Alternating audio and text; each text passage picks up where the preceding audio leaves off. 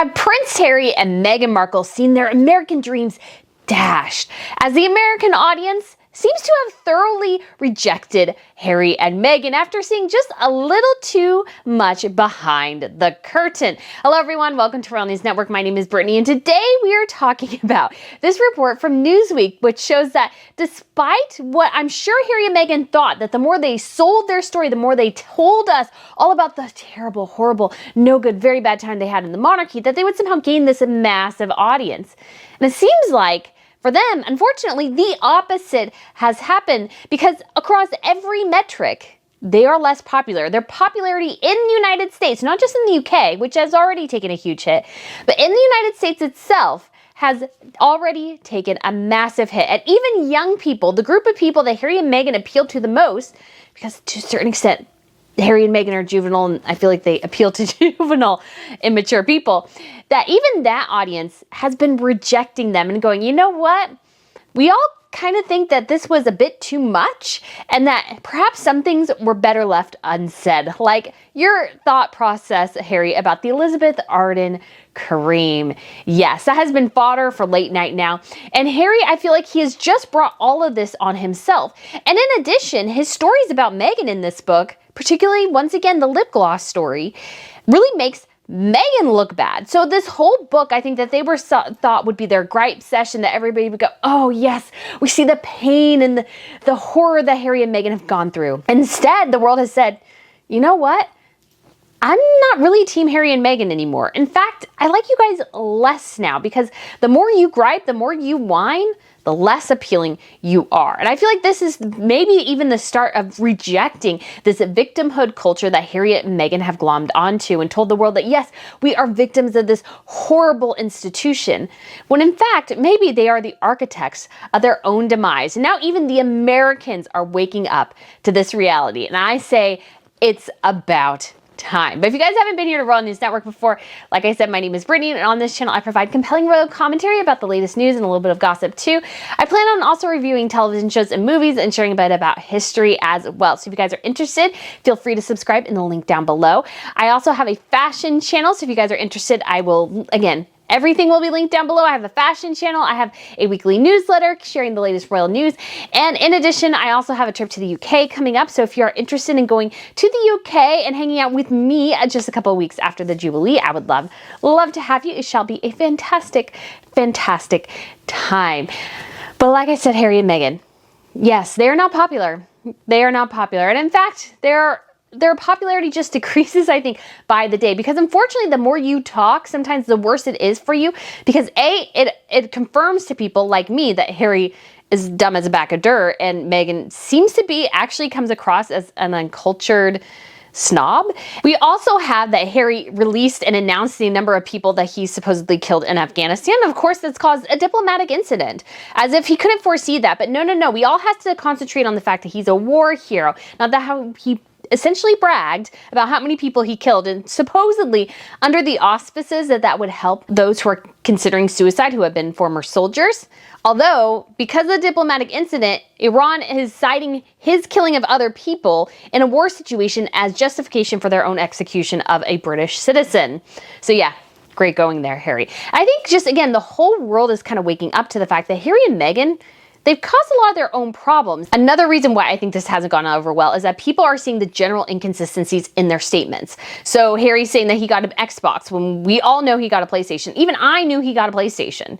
I've known that for a while. It's like, that's been general public knowledge for years. And even he didn't know it, where he was when his great-grandmother, the Queen Mother, died. I think he said he was in Eton when he was actually in Switzerland. So it's like, well, that should have been a big moment for you. How do you not know that? And all these other things where Harry just comes across as not being able to tell the full truth about himself.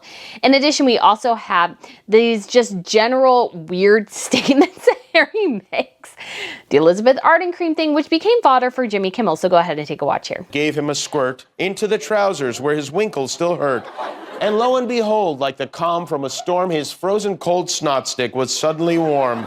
He laughed and he smiled and he said to his mummy, "You rescued the snake that lives under my tummy." I said this aloud, "Should ever you have icy chills on your heart, just give it a rub with Elizabeth Arden." everyone lived happily ever after in a castle next to Oprah's house. All right, so yes, Harry, talking about your mother and Elizabeth Arden and rubbing cream on your private area is probably not the best idea in the world. And yet that his publisher allowed him to do it, it still just absolutely boggles my mind. And I think most important is, if you are an adult, if you are a mature person, if you are somebody who's lived life a bit, you know, sometimes it's just best not to air your dirty laundry publicly, especially about your own family. And after a while, I feel like that leaves a really, really bad taste in people's mouth. And people are just starting to really react to Harry and Meghan in a very negative way, because it's like, yes, you may have disagreements with your family and you may fight with them and those sorts of things, but you don't generally blast it to the world. We can all agree that if you go on social media and your aunt is saying terrible things about your mom or something like that, or there's just fighting going on online, nobody likes that. And it just really does negatively reflect on you. And Harry and Meghan, they are more elevated than having spats on social media with their own family. But this spat and the Windsor's dignified silence to them, I feel like has been a real death blow to Harry and Meghan's reputation. And so all this together, you can see where the tide is starting to turn. People are like, you know what? I'm not really all that interested in what Harry and Meghan are selling, because they're not selling anything other than their connections to the royals. They're not selling anything but their misery. They're not lifting people up. They drag everyone down to their level. And I think people who are mature, who are just like, who are go-getters, who want to go out in the world and actually make changes, they see Harry and Meghan going, well, what are you doing? You're complaining over here, and then you give cheap snacks after a massacre for publicity. You go and you give cheap things to this parenting group that you want to support. It's like, well, what are you actually doing? Because you don't seem to do much, yet you're very, very flashy about it. And I feel like as Harry and Meghan try to navigate this post-Brexit life, as I've said numerous times, they need to let go of the monarchy, and they need to create their own brand independent of it. And they haven't done that yet. And I feel like right now that is a huge problem for them, and it's not going away. They have these massive deals with Spotify, with Netflix, and they can't come up with decent original content. Archetypes is completely forgettable. It's completely forgettable. It didn't add anything interesting to the conversation. It was basically a platform for Meghan to talk about herself and sometimes talk to other people. And we also found out later she didn't really even interview all that many people who are associated with it.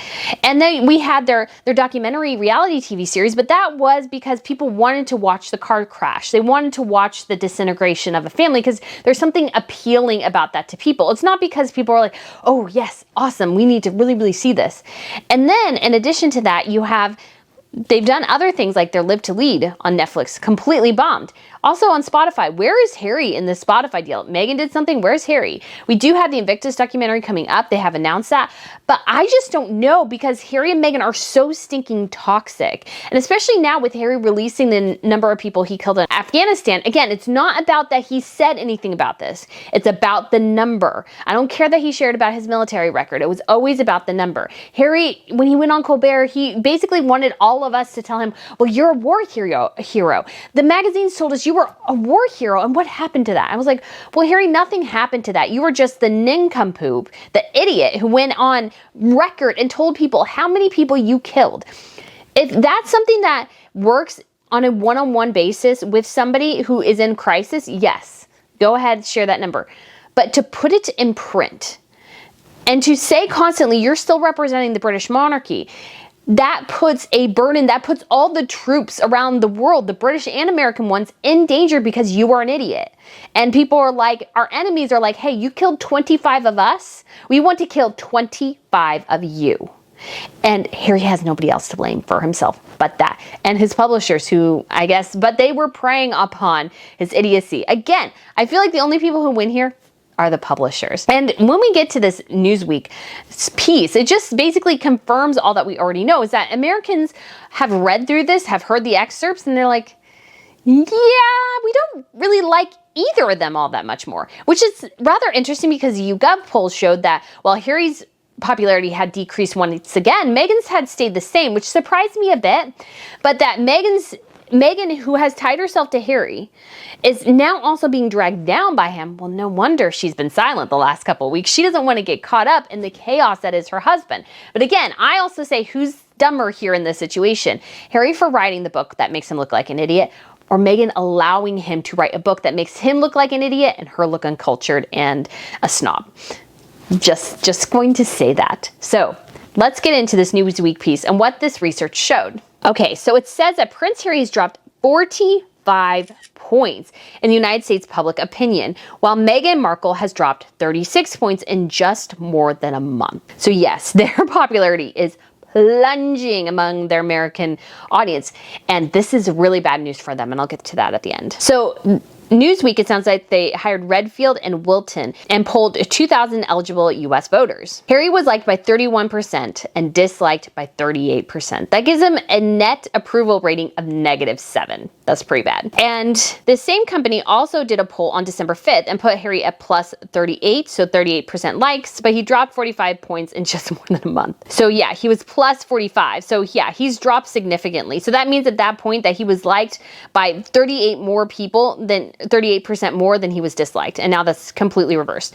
Meghan was viewed favorably by just 26% of Americans and unfavorably by 39%. So her approval rating is worse than his. Hers is -13. This compares to plus 23 on December 5th. So she's dropped by 36 points. And then almost half of Americans, 44%, said Harry was wrong to include the details of his private family conversations in his book, while 26% said it was right to do so. So this is a massive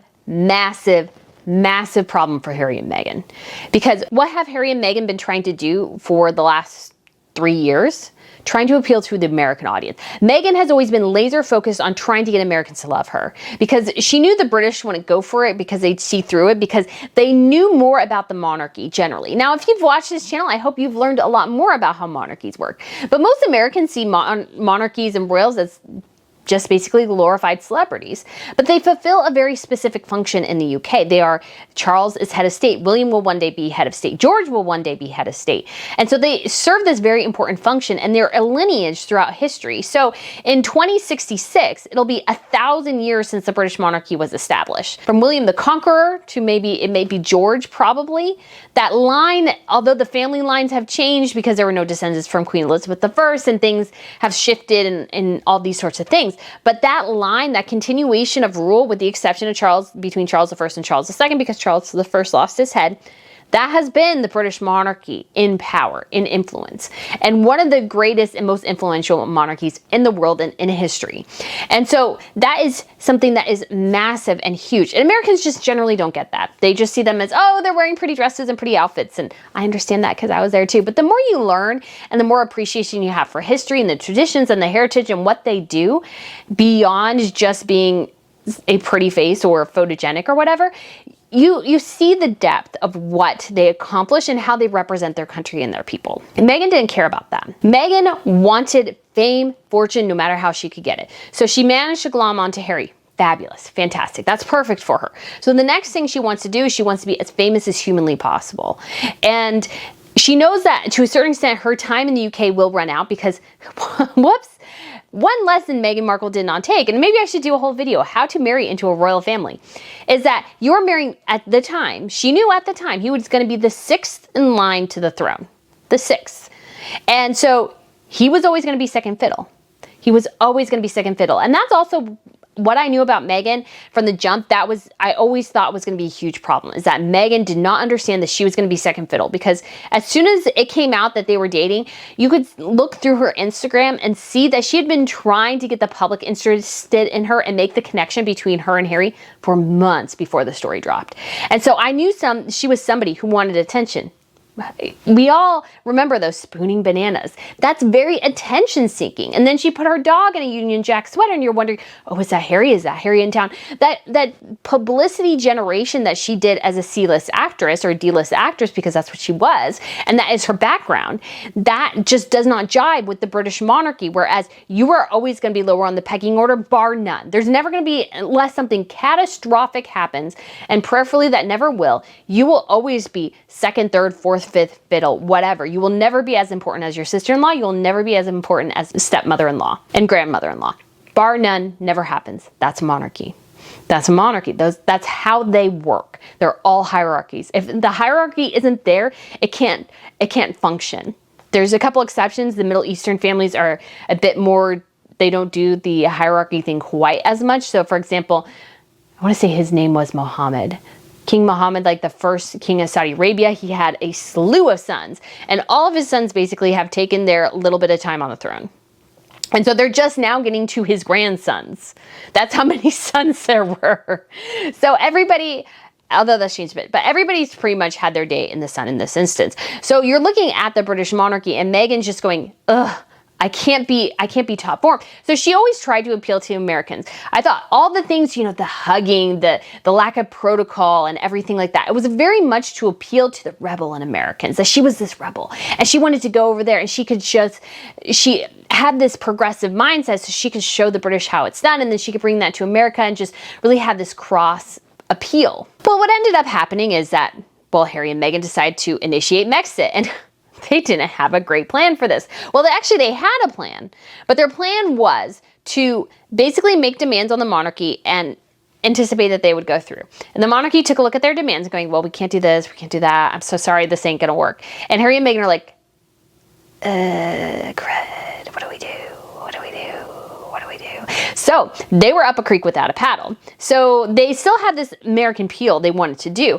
And Meghan, again, she is a D-list actress. And what do actors with little talent and little appeal and little longevity do? Well, they try to drum up a lot of publicity for themselves the best they can. I've always actually am now convinced that most of Meghan Markle's money was funneled into Sunshine's Act. So what I mean by that is not that she laundered it or anything, but that she was so invested in her own image that all her money went to pay for PR so that she could climb the ladder. Because again, she didn't have enough talent to go beyond what she was doing in Suits. Because if you have a lot of talent, yes, your PR does help you a ton, but you'll get jobs because you're talented, not because your PR company is going, hey, we're setting up this event with the UN. We have this unknown actress person who speaks fairly well. She can give a speech. And they're like, well, I guess we need somebody to fill us, so fine, whatever.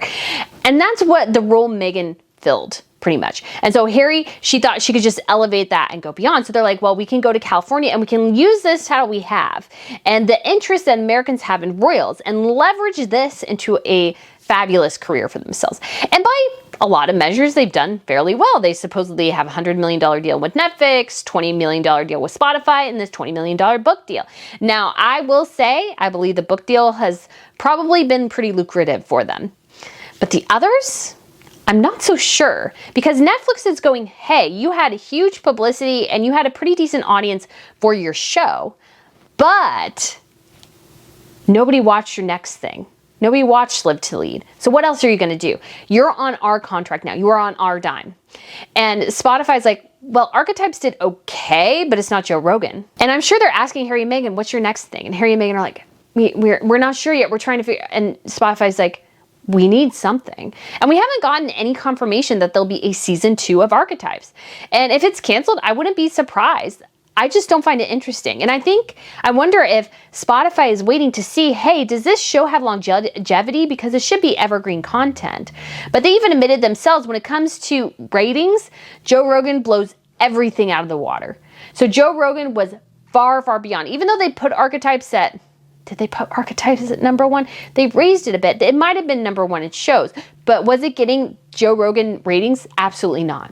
It was not getting that in the slightest, I don't think. So they were, I'm sure, tepid about it, but they're like, okay, is this performing well past that without the publicity machine behind it? Because I think Spotify and Netflix are finding out is that there's a ton of publicity behind Harry and Meghan, as there always was behind Meghan, but very little substance. And that's coming to roost. And now you have this thing where Harry and Meghan have made themselves so obnoxious to the public image. Harry is so overexposed. He needs to do one interview and be done with it. Doing 12 interviews where every one he sounded crazier, and he repeated at least twice, and one in a print interview and one in the actual interview with Tom Bradby, and he might have said it with Anderson Cooper too, that his family is calling him delusional and paranoid, or paranoid and delusional.